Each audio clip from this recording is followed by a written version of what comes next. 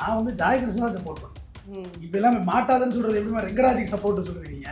ஓ அப்படி இப்போ அசிங்கப்பட்டுக்காதீங்கம்மா, ஏமாப்பிருக்கீங்க, ஆம்பளைலாம் இப்படி தான் ஏமாத்துறதா, நீ ஏன் போறேன்னு தான் எனக்கு கேட்டேன். என்னோட கொஸ்டின் ஆஸ்கிங் கொஸ்டின் கொடுத்து ஜாய் கிருஷ்ணா தான். நீங்கள் தப்பாக அது ப்ரொஜெக்ஷனான அதுக்கு நான் பொறுப்பாக முடியாதுல்ல. பிராண்டு பேரில் போட்டிருந்தது தான் அது டிஸ்மிஸ் ஆச்சு. அப்போ வந்து ஜாய் கிருஷ்ணா வந்து அஃபிடவிட் ஒன்று போட்டாங்க. நாங்கள் மாதம்பட்டி ரங்கராஜ் தான் பேசுவோம், அவங்க கம்பெனிலாம் நாங்கள் பேசலை, கம்பெனி நாங்கள் அட்டாக் பண்ணல, மாதம்பட்டி தான் பேசுகிறோம்ட்டாங்க. அதுதான் அந்த ஐயாட்ட சொன்ன ஐயா, அது வந்து டிஸ்மிஸ் ஆச்சு. ஏன்னா அவன் தான் பேசலன்ட்டாங்களே, அப்புறம் எதுக்கு இந்த வழக்கு? ஒரு ஐயமா ஜாய் கிருஷ்ணா மாதம்பட்டி உறவை கண்டிப்பாக நீதிமன்றம் ஏற்றுக்கொள்ளாது. ஒரு டைவர்ஸை இவர் தான் பண்ண சொன்னாரு. அப்பதான் இந்த பெண்ணிய போராளிகள்லாம் என் பக்கம் திரும்பினா பரவாயில்ல, இவன் கரெக்டாக தான் பேசியிருக்கான். நான் இன்னைக்கு என் நிலையிலேருந்து மாறவே இல்லை. 100% ஜாய் கிருஷ்ணா தான் தப்பு தப்பு தப்பு நான் சொல்லுவேன்.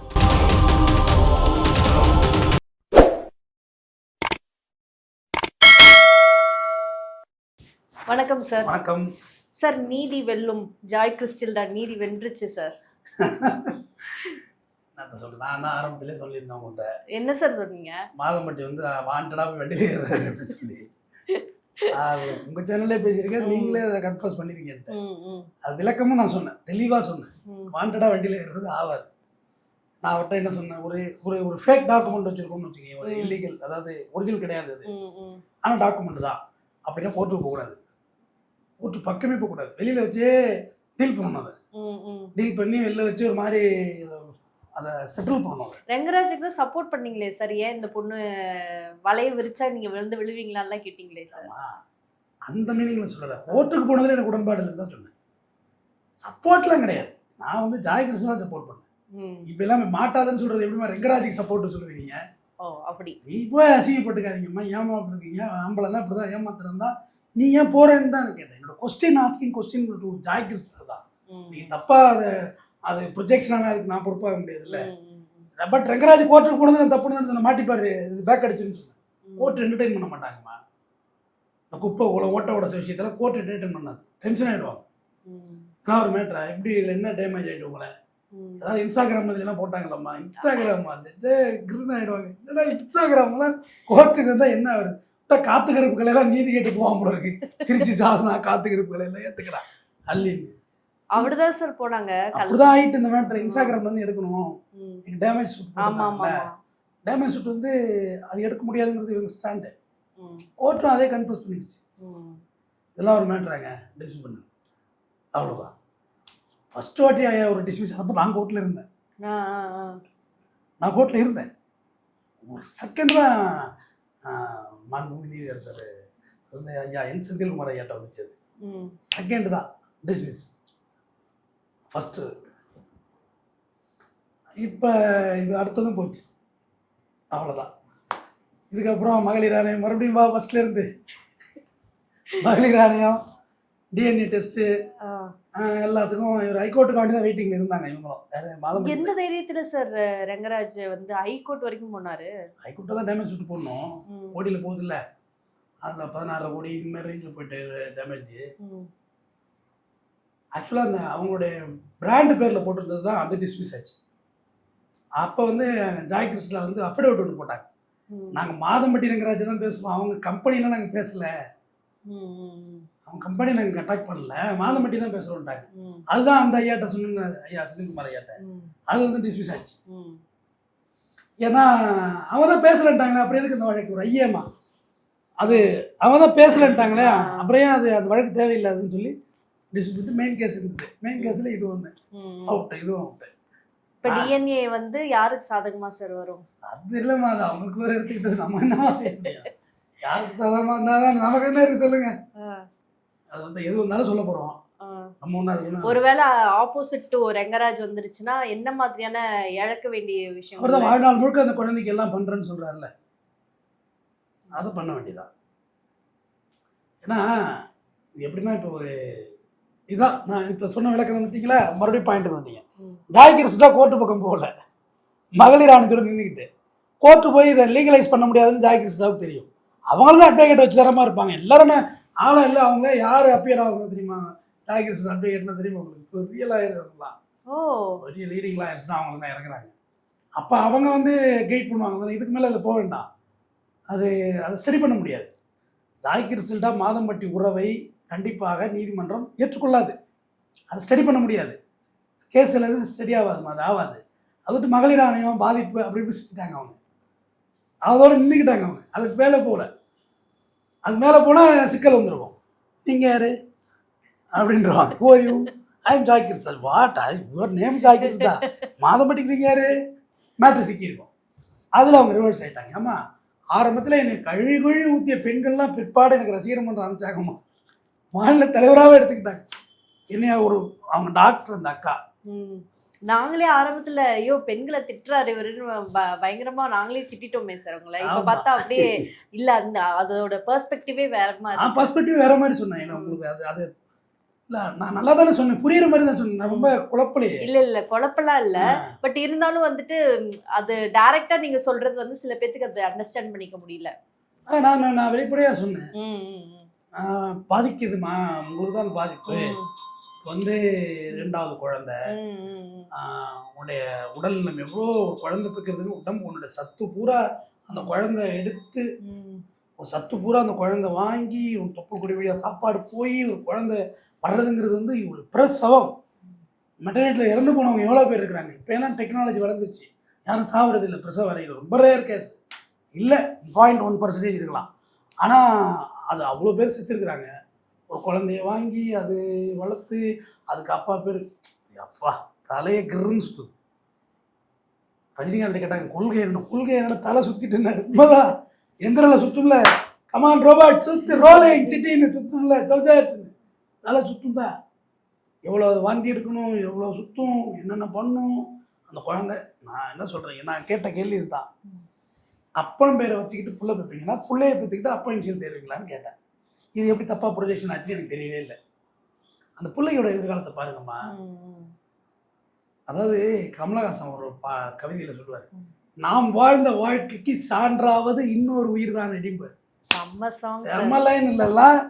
எந்த மனுஷன் எப்படி உண்ட வரிகளை கொண்டு வர்றாரு. Super sir. ஆமா, கரெக்டான விஷயத்துல எடுத்திருக்கீங்களே சார். ஆமா, அப்போ வந்து நான் வாழ்ந்த வாழ்க்கைக்கு எவிடன்ஸ் கொடுக்குறேன். இன்னொரு உயிர் சோல், அது ரத்தம் சதயம் உள்ள மனுஷனா வரும். அதை போய் நீங்க அவமானப்படுத்துறீங்கல்ல. உங்களுக்கு சொல்றது புரியுற மாதிரி சொல்றேன். என்ன மறுபடியும் புரியாத மாதிரி என்னது, இதோடையாவது கடைசி வீடியோவை என்ன விட்டுறோம். நான் அதுக்கு சொல்ல வர்றேன். உலகத்திலே ரொம்ப அவமானம் எதுன்னா நம்ம பிறப்பில் சந்தேகத்தோடு வாழ்கிறது ரொம்ப அவமானமான விஷயம். நம்ம அப்பாவுக்கு நம்ம பிறக்கலை அப்படின்னு ஒரு தியரிக்கல் உனக்கு உண்டாயிட்டனாலே அது ரொம்ப வேதனை. கல்யாணம் ஆகாமல் உங்கள் அம்மா குழந்தை பற்றிக்கிட்டது தானேன்னு அந்த பையன் ஸ்கூல் போகல கேட்பானா கேட்க மாட்டான். கேட்பாங்கம்மா. சின்ன வயசு சைல்டுஹுட் ட்ராமாலாம் ஞாபகம் இருக்கு தெரியுங்களா? இன்னமும் எனக்கு ஞாபகம் இருக்குது. எனக்கு இன்னமும் ஞாபகம் இருக்குது அந்த சைல்டுஹுட் ட்ராமாஸ். எதுவுமே மறக்கலை. அது ஒரு மாதிரி பேர்டனாகவே இருக்குது, வலியாக இருக்குது. அப்போ அந்த குழந்தை எவ்வளோ ட்ராமாவோட வளரணும். அது ஒரு கேரியர் எவ்வளோ ரன் த்ரோ பண்ணுறது எவ்வளோ கஷ்டம் தெரியுமா? ஒன்றும் தெரியாத நீங்களா? அப்பாவியா? எல்லாம் ஒன்றுமே இல்லையே. கிராமத்திலே விவரமாக இருக்காங்க எல்லாம், எல்லாருக்கும் எல்லாம் தெரியும். கிராமத்துலேனா அவங்க விவரம் இல்லாதவர்கள் பொருள் இல்லை, உடனே அதுக்கு ஒரு பொருள் எடுத்துடுறான். கிராமத்தில் வெள்ளந்தியாக இருப்பாங்க, எல்லாரையும் நம்புவாங்க, இயல்பாக இருப்பாங்க. ரொம்ப சாதாரணமாக போனீங்கன்னா மச்சான் உட்காருங்க சாப்பிடுங்க அப்படிம்பாங்க, ரொம்ப யதார்த்தம். ஆனால் அவங்களே எல்லாமே தெரிய ஆரம்பிச்சுட்டு, நீங்கள் டவுனில் வந்து நீங்கள் ஆல்ரெடி ஒரு ட்ரெயின்டு, ஏற்கனவே ஃபெட்டிக்கோட மேரேஜ் இருக்குது, உளறி சாச்சிட்டு ஜாய்கிறிஸ்டா கட்டத்தில் வந்து உளர ஆரம்பிச்சிட்டு ஃபெட்டிக்கோட டைவர்ஸை இவர் தான் பண்ண சொன்னாருங்குது. அப்போ தான் இந்த பெண்ணிய போராளிகள்லாம் என் பக்கம் திரும்பினாங்க. பரவாயில்ல, இவன் கரெக்டாக தான் பேசியிருக்கான். நான் இன்றைக்கி என் நிலையிலேருந்து மாறவே இல்லையே. 100% ஜாய்கிறிஸ்டா மேலே தான் தப்பு தப்பு தப்பு நான் சொல்லுவேன். இன்னும் 10 வருஷம் கழிச்சு கேட்டாலும் இதுதான் நான் சொல்லுவேன். பிறண்டு உருண்டு பேசுறது எனக்கு வேலையும் கிடையாது. உன் வாழ்க்கை உன் கேரியர் உன் கையில் இருக்குது. அப்போ தான் பெண்ணிய போகிற ஆகா தப்பாக இருக்குதுன்னு நான் ₹1 பணம் கேட்டால் சேர்ப்பு கட்டி ரெடி பண்ணிச்சு. அப்புறம் எதுக்குமா மாதம் 6 லட்ச ரூபா அவ்வளோ காஸ்ட்லியாக போச்சு. அப்போ தான் இந்த பெண்ணியா போகிறாள், ஓ இது வேறு மாதிரி இருக்குது ரூட்டு, பணம் கேட்குறாங்கன்னோ தான் அந்த அக்காலாம் எனக்கு ஃபேவரட்டாக பேசினாங்க. ஃபஸ்ட்டு என்ன சொன்னாங்கன்னா, இந்த தமிழ்வேந்தன் போன்ற வழக்கறிஞர்லாம் ஒரு அட்வொகேட்டு அவர் வந்து இது மாதிரி சொல்கிறாரு, மாதம்பட்டி இப்படிங்கிறதுல போயிடுவார், அந்த கதையெல்லாம் இங்கே ஆகாது, அவங்க லாங்குவேஜ்லேயே சொல்கிறார். அப்புறம் அடித்தாங்க. ஜாய்கிறிஸ்டா ரொம்ப தப்பான பண்ண தெரியும் வீடியோ போட்டேன், 2ஐயும் வச்சு ஒருத்தன் போட்டுவிட்டாங்க. ஏன்னா எனக்கு வந்து ஒரு ஃபேன் பேஸ் இருக்குது. அதில் மேலே வச்சு இந்த வீடியோ வச்சு அடித்து ஏரில் ஏற்றிட்டோம் போர்டு. ஆரம்பத்தில் பேசுகிறேன் எல்லாருமே பெல்ட் அடிச்சிட்டாங்கன்னு. காரணம் உங்கள்கிட்ட நிலைத்தன்மை இல்லை. உங்கள் பின்னாடி வர முடியாது. டூப்ளிகேட் டாக்குமெண்ட் முன்னாடி எவ்வளோ நாள் நான் ட்ராவல் பண்ண முடியும்? ஏதோ 2 பேர் வாங்கணும்னு பார்க்க அதுக்கு மேலே அதோட ஜேர்னி பண்ண முடியாது. இது விஷயம் இதை தான் நான் சொன்னேன். கோர்ட்டுக்கு வந்து அங்கே வந்து இங்கே வந்து ஏமா நான் தினமும் கோர்ட்டுக்கு போகிறேன், நான் வழக்கறிஞராக போகிறேன். ஆனால் அக்யூஸ்டாக போகிறதுனா கஷ்டம். ஒரு நாள் ஃபுல்லாக நிற்கணும். நம்ம எதுக்கு வந்திருக்கோம், என்ன வந்திருக்கோம், எல்லாரும் பேசுவாங்க. அந்த பொண்ணு அந்த பொண்ணு போட்டு அந்த பொண்ணு அந்த பொண்ணு நம்மளே அசிங்கப்படுத்துறாமா. அதுக்காக நீங்கள் கேட்கலாம், நாங்கள் நியாயமே வாங்கக்கூடாதா, எங்களை ஒருத்தர் கெடுத்துருவான், நீங்கள் நியாயமே வாங்கலாம். அது அப்பாவே இன்னசெண்டாக உனக்கு ஒரு மயக்க மருந்து கொடுத்து உன்னை ரேப் பண்ணிடுறான்னா கண்டிப்பாக அந்த நாயை உடம்பு ஃபைட் பண்ணி லீகலாக என்ன பனிஷ்மெண்ட்டோ அதை வாங்கி கொடுக்கணும். ஓகேயா? அதுவுமே இல்லீகலாக வெட்டி இல்லாமலாம் கேட்டுருக்கேன். அது மாதிரிலாம் சொல்லக்கூடாது. அஃபென்ஸ் அது. சட்டத்துக்கு உட்பட்டு தான் நம்ம செய்ய முடியும்.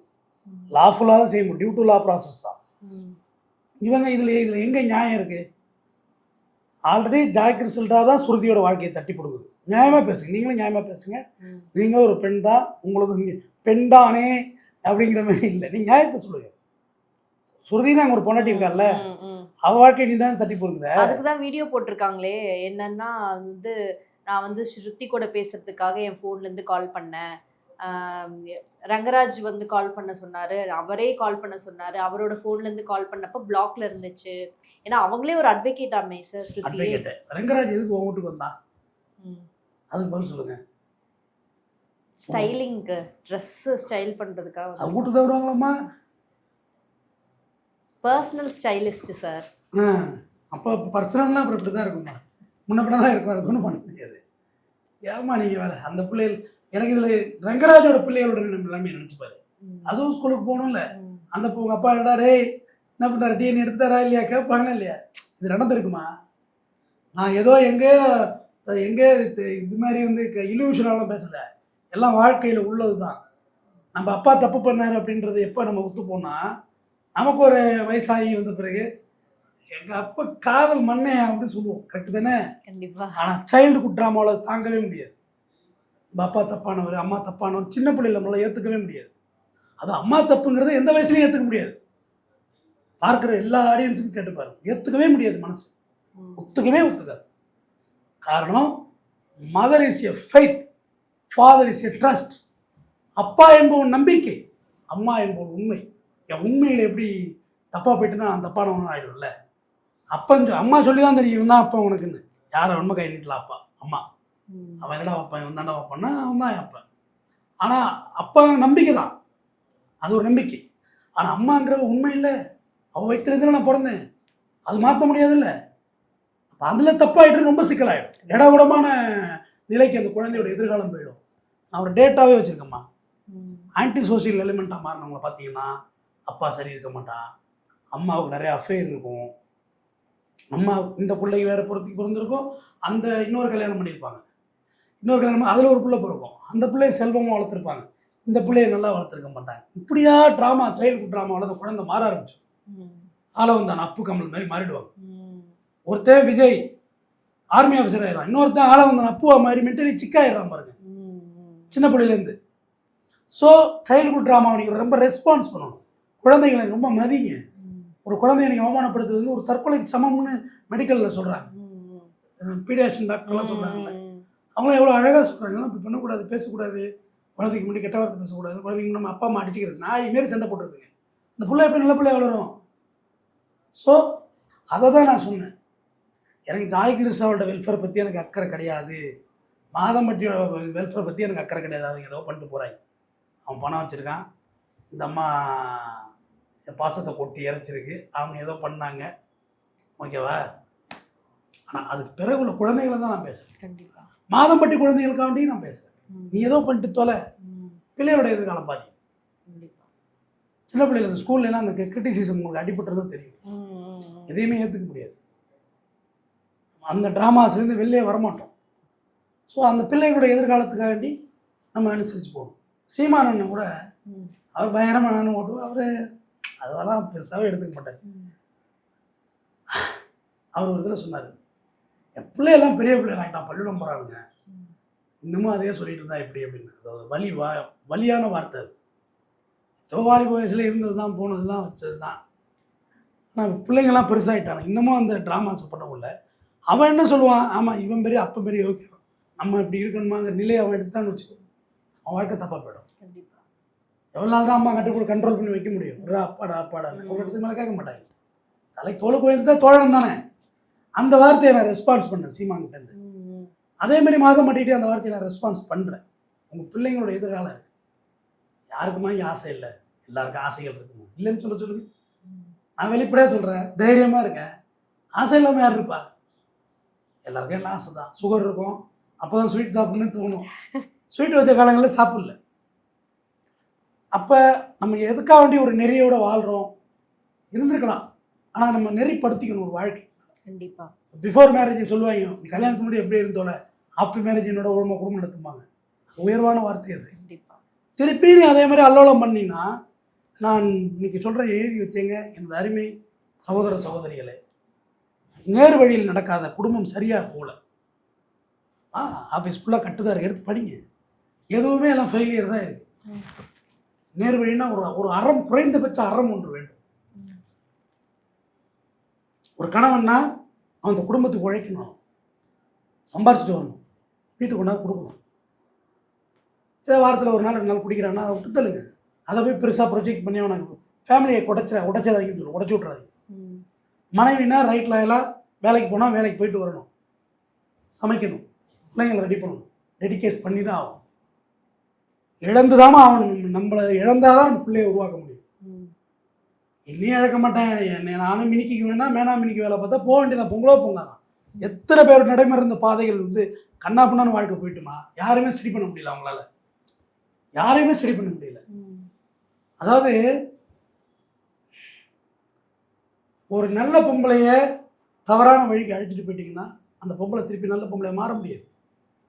ஆனால் ஒரு கெட்ட பொம்பளைய நல்ல வழிக்கு அழைச்சிட்டு வந்து இதுதாண்டி வாழ்க்கை அப்படின்னு கை காமிச்சிட்டிங்கன்னா அந்த பொம்பளை திருப்பி தப்பு பண்ண மாட்டாங்க. குற்றம் சொல்லாதீங்க, வாழ வழி காமிங்க. குற்றம் யார் வேணுமோ சொல்லாமல், இதுக்கு என்ன பெரிய அறிவு வேண்டியிருக்கு, ஞானம் வேண்டியிருக்கு, அள்ளி தூத்துறதுக்கு என்ன ஞானம் வேண்டியிருக்கு? வாழ வழி சொல்லணும்.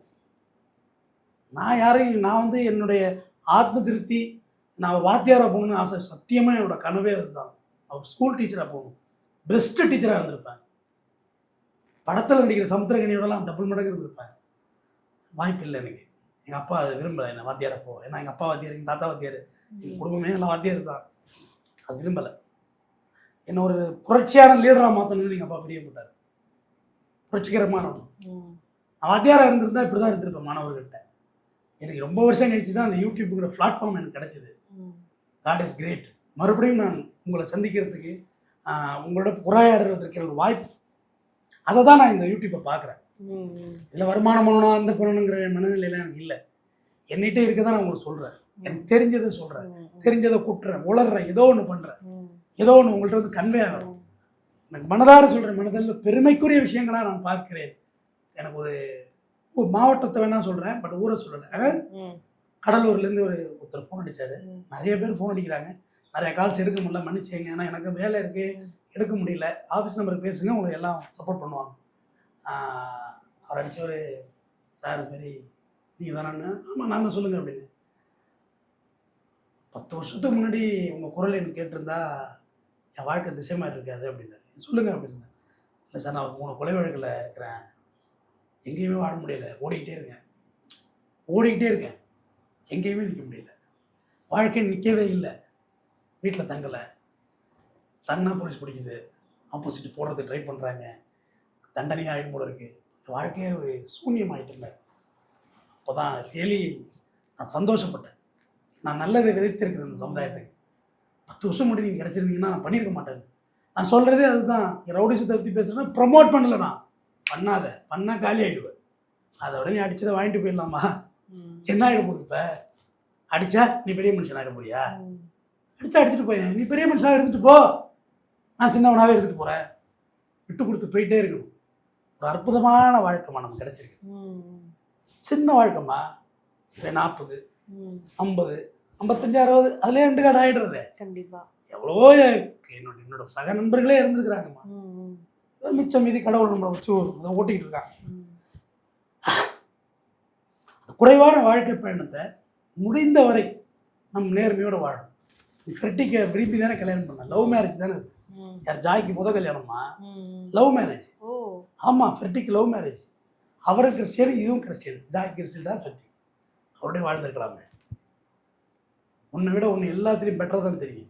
பட் சரி, ரெண்டாவது ஒரு சூஸ் பண்ணிய, அது கல்யாணம் ஆகாத ஒருத்தவங்க சூஸ் பண்ணியிருக்கணும்ல. இருக்க மாட்டான். கல்யாணம் ஆகாதவன் உன்னோட இருக்க மாட்டான். கல்யாணம் ஆனவன் உன்னை வப்பாட்டியாக தான் பார்ப்பான். கடைசி வரையும் பொண்டாட்டியை பார்க்கவே மாட்டான். ஒரு காலம் பார்க்க மாட்டான். இவன் பெரிய ஒழுங்கு, ஆம்பளை தப்பு பண்ணுறதை பற்றி இவன் கேர் பண்ணிக்கவே மாட்டாமா. இவங்க உணவமான விலங்குமா நாங்கள். கண்டிப்பாக சார், 100%. ஆமாம், நான் அவக்குள்ள சொல்கிறேன். எங்கள் தவிர நாங்கள் ஜஸ்டிஃபை பண்ணுவோம், நியாயப்படுத்துவோம். ஆனால் நீ லைட்டாக தப்புனா அவன் தொலைச்சிக்கிடுவோம். உண்மையான விஷயம் அதுதான். நியாயம் இல்லை. நீங்கள் ஆடுனீங்கன்னா உங்கள் குடும்பமே ஆடி போயிடுமா. நாங்கள் ஆடுறதுனால குடும்பம் ஆடி போயிடாது. ஒரு ஆம்பளை இல்லாமல் நீ உன் பிள்ளைய நல்லபடியாக படுத்து படிக்க வச்சு சிங்கிள் பேரண்டாக உயர்த்த முடியும், உயர்த்தி இருக்கிறாங்க. ஆனால் ஒரு ஆம்பளையில் அது முடியுமா? முடியவே முடியாதுமா. நாங்கள் ரொம்ப வீக்கர் செக்ஸ், ஆனால் எங்களை பலமானவர்களாக காமிச்சிக்கிட்டு இருக்கணும், பந்தா பண்ணுறோம். ஆனால் நாங்கள் வீக்கர் செக்ஸுமா. நாங்கள் வீக்கர் செக்ஸு, நாங்கள் பலவீனமானவர்கள். ஒரு டீ போடணும், ஒரு வெந்நீர் வைக்கணும், எதுவும் தெரியாது. காரணம் அம்மா வளர்த்தது. அடுப்படிக்க வரக்கூடாது ஆம்பளை பிள்ளைன்னு. நான் சமைப்பேன், பட்டை கிளப்புன்னு வச்சுக்கேன், அது ஒரு விஷயம். என்னை எதுலேயும் சேர்க்காதீங்க, நான் ஒரு லிஸ்ட்லெஸ் தான். ஆனால் ஆணுக்கு எதுவுமே தெரியாது, டிபெண்ட் பண்ணியே இருப்பான்.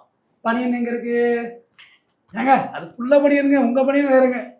ஜட்டி எங்கே இருக்குது தெரியாது, மொட்டை மாலில் இருக்கும். அவங்க போய் இப்படியாவே வளர்ந்தவன். ஆனால் நாங்கள் என்ன தான், நாங்கள் இல்லாமலும் ஒரு பெண்ணால் வாழ்ந்துட முடியும். ஆனால் பொண்டாட்டி இல்லாமல் புருஷனால் வாழவே முடியாது, செத்துருவாங்க. நான் பார்த்துருக்கேன், நிறைய வயசானவங்க வந்து இறந்துருவாங்க. ஒரு வருஷத்துக்குள்ளே அவங்க கணவர் இறந்துருவாங்க. நான் எங்கேயும் போய் பார்த்துட்டு இருக்கேன், என்னை சுற்றி நடக்கிற இது வேடிக்கை பார்க்குறேன்ல, அதை வச்சு தான் நான் பேசுகிறேன். எனக்கு ஒன்றும் பெரிய ஞானம்லாம் கிடையாது. அவங்க இறந்துருவாங்க, இருக்க முடியாது. மருமகள்கிட்ட வாங்கி குடிக்க முடியாது, சாப்பிட முடியாது. டீ குடிக்கணும் போல தோணும், மருமகள்கிட்ட கேட்க கூச்சமாக இருக்கும். ஆண் வந்து அப்படியே நெடில் பெண் குரில்ங்கிற மாதிரி நெடில் அப்படியே வாழ்ந்துருவான். இப்போ என்ன பாரு, எனக்கு ஜாயை பார்த்தா வருத்தமாக இருந்து கோர்ட்டில் பார்த்தேன். மாடிப்படி ஏற முடியல, புசு புசுன்னு மூச்சு அடிச்சுட்டே ஏறுது. போய் போய் போய் போய் மேலும் மேலும் மேலும் மேலும் அது டேமேஜ் ஆகிட்டே இருக்குது. இப்போ இந்த கேஸ் ஜெயிச்சோன்னு பேட்டியெல்லாம் கொடுக்குது, நீதி கிடைச்சிட்டு ஐ எம் லைக் ஜஸ்டிஸ் ஹார்ட்டி நீட்டு கூட அவங்க ஜட்ஜுக்கு தொலைச்சி கேட்டுருவாங்க. அப்புறம் கோர்ட்டில் விளையாண்டாங்க. அப்போ அவங்களுக்கு இன்னும் புரியல பாருங்களேன், இன்னமும் புரியல. ஒன்று அவுட் சைட் செட்டில்மெண்ட் பேச தெரியணும், அதுவும் இல்லை. மாதம்பட்டிக்கு இன்னொரு பயமும் இருக்குது. இந்த படத்தையும் வாங்கிட்டு மறுபடியும் படம் கேட்டால் என்ன பண்ணுறது அப்படின்னு ஒரு பயமும் இருக்கும். இருக்கும் தானே.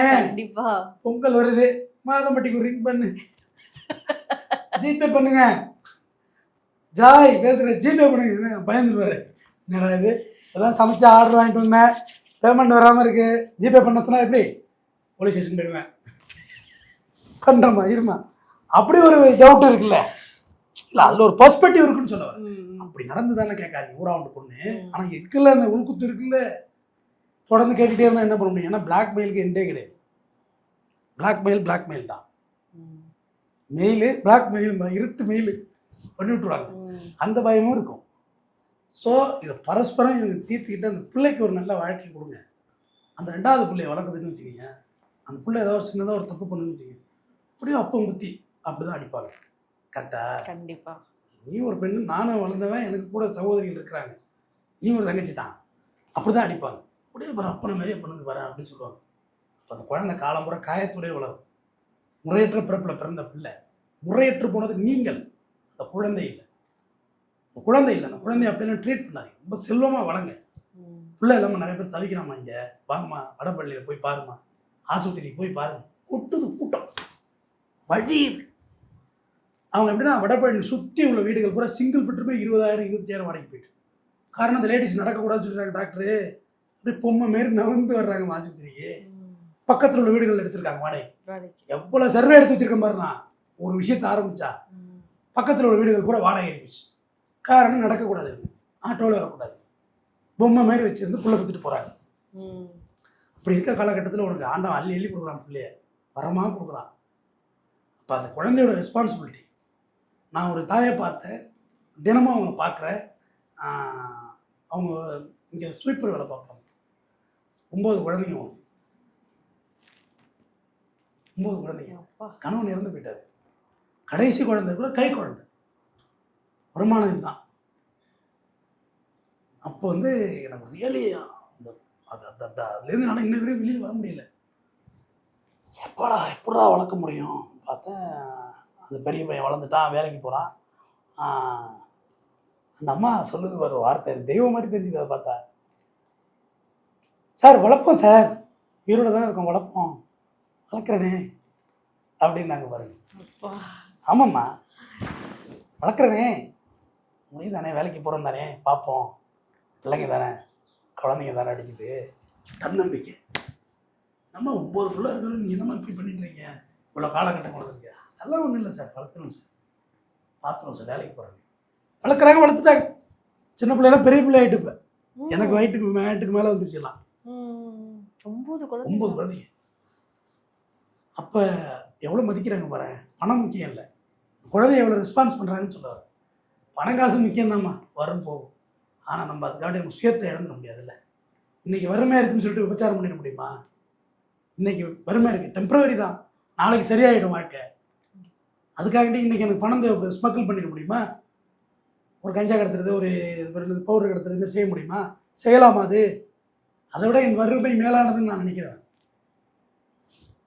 தனி மனித ஒழுக்கங்கிறது வேறம்மா, சமுதாய ஒழுக்கத்தை நம்ம இழந்துட்டு நான் நிற்க வேண்டிய அவசியம் இல்லை. கண்டிப்பாக தனி மனித ஒழுக்கங்கிறது நம்ம மனதில் பட்டது. எல்லா மனுஷனும் போய் கிளறுனா குப்பையாக தான் இருக்குது. மனசை போய் கிளறி விட்டோம்னு வச்சுக்க, குப்பை தான் இருக்குது. ஆனால் சமுதாய ஒழுக்கத்தை நம்ம கெடுத்துட முடியாது. இல்லை, சொசைட்டியில் உங்களுக்கு ஒரு மரியாதை இருக்கணுமா, உங்களை பார்த்தா ரெஸ்பெக்ட் பண்ணணும். கண்டிப்பாக சார், அதுதான் முக்கியம். அதை தான் நான் ஜாய் கிருஷ்ணா மேட்டர்லையும் சொன்னேன். உன் பேரை கெடுத்துக்காதம்மா, சைலண்ட்டாக போ. உனக்கு யாரும் பட வாய்ப்பு கொடுக்க மாட்டான். நல்லா எடுக்கிற படத்தையே ரிலீஸ் பண்ண விட மாட்டானுமா, பட வாய்ப்பு கொடுக்க மாட்டான். விஜய்க்கு ஜில்லா படத்தில் வந்து அவங்க காஸ்டியூம் டிசைன், ஆமாம், இவ்வளோ பெரிய கான்டாக்ட் தெரியுமா? அதெல்லாம் கட்சி ஆரம்பிச்சிருக்காரு. நல்லா மைக் பிடிச்சி பேசுது அந்த பொண்ணு. இங்கே வர சொல்லு, ரெங்கராஜை வர சொல்லுங்குது இல்லை, அழகாக விஜய் கட்சியில் போய் மைக்கு பிடிச்சி மீட்டிங் பேசிக்கிட்டு, கொள்கை பரப்பு செயலாளர், தலைமை கழக பேச்சாளர், செய்தி தொடர்பாளர், டிவிக்கெல்லாம் போவாங்க. இது ஃபேராக இருக்குது, நல்லா பேசுறது தான் செய்தி தொடர்பாளர், சம்பளம் கொடுப்பாங்க. செய்தி தொடர்பாளர் சம்பளம் உண்டு, மாதம் 2 லட்சம் 1 லட்சம் கொடுப்பாங்க. அழகாக டெவலப் பண்ணி வாழ்க்கையை ஓட்டலாம்லம்மா. நீங்கள் கான்ட்ரவர்சி ஆகிட்டீங்கன்னா சொசைட்டி உங்களை எவனும் சேர்க்க மாட்டா. தெரிஞ்சுங்க, கான்ட்ரவர்சி இருக்குல்லம்மா, உங்களை யாரும் சேர்க்க மாட்டாங்கம்மா. முதல் நாளில் மட்டும் டெத் இருக்கா, அவனுக்கு பாடி இருக்கும், கூட்டம் நிறையா இருக்கும். நம்மளால் சோகத்தை முழுசாக நீங்கள் டெலிவரி பண்ணவே முடியாது. காரணம் பிஸியாகவே இருப்போம். என்னாச்சு, பந்தல் போட்டாங்களா, வண்டி வந்துட்டா, அது வந்துட்டா, சுடுகாட்டு சொல்லியாச்சா, நீங்கள் ரொம்ப ப்ரெஷராக இருப்பீங்க. இழந்தது யாராக வேணுமா இருக்கலாம், நம்ம அப்பாவா, இல்லை அண்ணனா, அம்மாவா, யாராக வேணா இருக்கலாம், மனைவியா, குழந்தையா, அன்றைக்கி தெரியவே தெரியாது. காரணம் கூட்டமாக இருக்கும். நீங்கள் உங்களை வந்து எல்லாத்தையும் வந்து கேட்டு போவாங்க. தம்பி அடுத்து என்ன பண்ணணும், தம்பி வண்டி சொல்லி அண்ணா இருங்கண்ணா, இதான் ஒரு 2 லட்சம் பணம் வச்சுங்க, கொஞ்சம் பாருங்கள், வரவங்களை ரிசீவ் பண்ணுங்க பாருங்கள் அப்படின்னு சொல்லிட்டு யார்கிட்ட ஒருத்தர் பணத்தை கொடுத்துட்டோம்னா அவங்க எல்லா வேலையும் பார்ப்பாங்க. நம்ம கும்பிட்டு பார்க்கணும், அப்புறம் பட்டை போட்டு நிற்கணும், கும்பிட்டு உட்கார வைக்கணும். இதுதான் பண்பு. அன்னைக்கு ஓடிடும். அடுத்து ஒரு 15 நாள் கருமாதி வரைக்கும் அது எங்கள் ஊர்களில் இது விளையாடுவாங்க, கார்ட்ஸ் விளையாடுற பழக்கம். 15 நாளாக ஆள் இருப்பாங்க. நைட்டு விடிய டீ குடிச்சிட்டு சொந்தக்காரவங்க அங்காளி பங்காளி ரம்மி விளையாடுவாங்க. 15 நாள் இருக்கணும்ல. உடம்பங்காளி வந்து தெரியாது, வலி தெரியாது. 16 நாள் கருமாதி, வலியே தெரியாது. அடுத்த நாள் கறி விருந்து, ஃபுல் ஃபெஸ்டிவல். அது தான் முடிஞ்சிடும். எல்லோரும் ஊருக்கு கிளம்புவாங்க. கடைசியாக நம்ம மட்டும் நிற்போம் பாரு, பந்தெல்லாம் பிரிச்சுருவாங்க, நம்ம மட்டும் நிற்போம். அப்போ ஒரு வலி வலிக்கும் பாரு, அது மாதிரி பெயினே இருக்காது. இன்றைக்கி ஜாய் கிருஷ்ணா ஹெல்ப் பண்ணுவாங்க. மாதம்பட்டி பிஸ்னஸ் ரீதியாக அவங்க மேலே உள்ள எதிரியெல்லாம் ஒன்று சேர்ந்துருவான், அட்டிக்கலாம், இதுதாண்டா வாய்ப்புன்னு. ஆனால் அவங்கெல்லாம் போன பிறகு கன்னியாணி ஒரு வாழ்க்கையை சந்திப்பேன் இந்த குழந்தையோட. அன்னைக்கு வலிக்கும். ஏன்னா உங்கள் அம்மாவுக்கு கண்ணு தெரியலன்னு சொல்கிறீங்க, அவ்வளோ அது ஃபேமிலியில் பேத்தட்டிக் இருக்குது. அன்னைக்கு வலிக்கும் அது ரொம்ப. அது இழந்தவங்களுக்கு போய் கேட்டு பாருங்கள், வீட்டில் துக்கம் கொடுத்தவங்க போய் நான் சொன்னதை கேட்டு பாருங்கள், இல்லைன்னு சொல்கிறாங்க பார்ப்போம். அன்றைக்கி எதுவுமே தெரியாது. ஆக்சிடென்ட் ஆகி பையன் செத்துருப்பான், அவங்க அப்பா அன்றைக்கி ஃபேஸ் பண்ணுவார். எல்லாம் முடிஞ்ச பிறகு பிள்ளை போட்டால் வச்சுருந்தோம், வலிக்கும். நேற்று ஒரு கடைக்கு பழக்கடைக்கு போனேன். ஒரு 9 வயசு குழந்தைய ஃபோட்டோ வச்சு மாலை போட்டிருந்தாங்க. யாருக்கு இது அப்படின்னு, என் குழந்தை தான் சார் அப்படின்னு. யோ உங்களை இடியா போட்டா இப்படியா தினம் பார்த்துட்டு இருக்க முடியும் இந்த இடத்துல. வந்த எனக்கு பகையே இருக்குது, ஏன் செத்துது குழந்தை, ஆக்சிடென்ட்டு சோர்னே. ஆமாம் இல்லை அப்படின்னாரு. உங்கள் கடை தாங்க, ஃபோட்டோ வச்சு சின்ன பிள்ளைகளை பார்க்காதீங்க, பெரியவங்க யாராவது தான் மாட்டுங்க, உங்கள் தாத்தா அப்பா இருந்தால் மாட்டுங்க. சின்ன பிள்ளை டெய்லி பார்த்து எப்படிம்மா வாழ்றது இந்த இடத்துல? மனசு போன செகண்டே இருக்கு இதாகிட்டு டரர்னு ஆகிட்டு. ஓ என்ன அது மாதிரி பண்ணி வச்சிருக்கீங்க எடியா ஒரு எடுத்துட்டாப்புல ஒரு அதுதான் ஆச்சரியம். ஆமாம் இல்லை சார், ஆமாம் ஐயா கிராஸ் பண்ணல போகல ஓரளவு பார்த்துக்கிட்டு உன் பிள்ளைய பார்த்தா எப்படி இருக்கும் மனசு? கழட்டியம்மா கழட்டிட்டான். சரி சார் நீங்கள் சொல்கிறதும் கரெக்டு தான். எனக்கு அவள் யாரோ எனக்கு தெரியாது சார், என் பொண்ணு உங்களுக்கு என்னன்னு கேட்டிருந்தா கூட எனக்கு பதில் இல்லைன்ட்ட. எனக்குள்ளே தோணுன அந்த உணர்ச்சியை அவன் புரிஞ்சுக்கிட்டான். எப்படி பார்க்குறது, கண்ணு கொண்டு பார்க்க முடியாது. அதுமாரி ஜாக்கி ரிசல்ட்டாக அம்மா இப்போ கூட சொல்கிறேன், தொடர்ந்து இதில் ஜேர்னி ஆனீங்கன்னா ரொம்ப குழப்பத்துக்குள்ளாயிடும். கோர்ட்டு வழக்கு இது எங்களுக்கு தொழில்மா, எங்களுக்கு ஒன்றுமே ஆகாது, வலிக்கவே வலிக்காது. ஊசி உன் உடம்புல தானே குத்துறேன், உனக்கு தான் ஸ்கின் இருக்காது அப்படின்ப. குத்துற எனக்கு என்ன செய்ய போகுது, இல்லை இந்த சிரஞ்சிக்கு வலிக்காது இல்லை, அதனால் பாதிப்பு உனக்கு தான், சிரஞ்சிக்கு இல்லை. ஸோ அந்த குழந்தைகள் நல்லபடியாக வளங்க. இது மாதிரி பெண் பிள்ளைகளுக்கு நான் சொல்கிறது ஜாக்கிரதையாக இருங்க. மறுபடியும் சொல்கிறேன் ஜாக்கிரதையாக இருங்க. நடந்து முடிந்த பிறகு பேசுவோம், ஆனால் ஜாக்கிரதையாக இருங்க. அனைவருக்கும் என்னுடைய தமிழ் புத்தாண்டு பொங்கல் வாழ்த்துக்கள். பொங்கல் வாழ்த்துக்கள் சார்.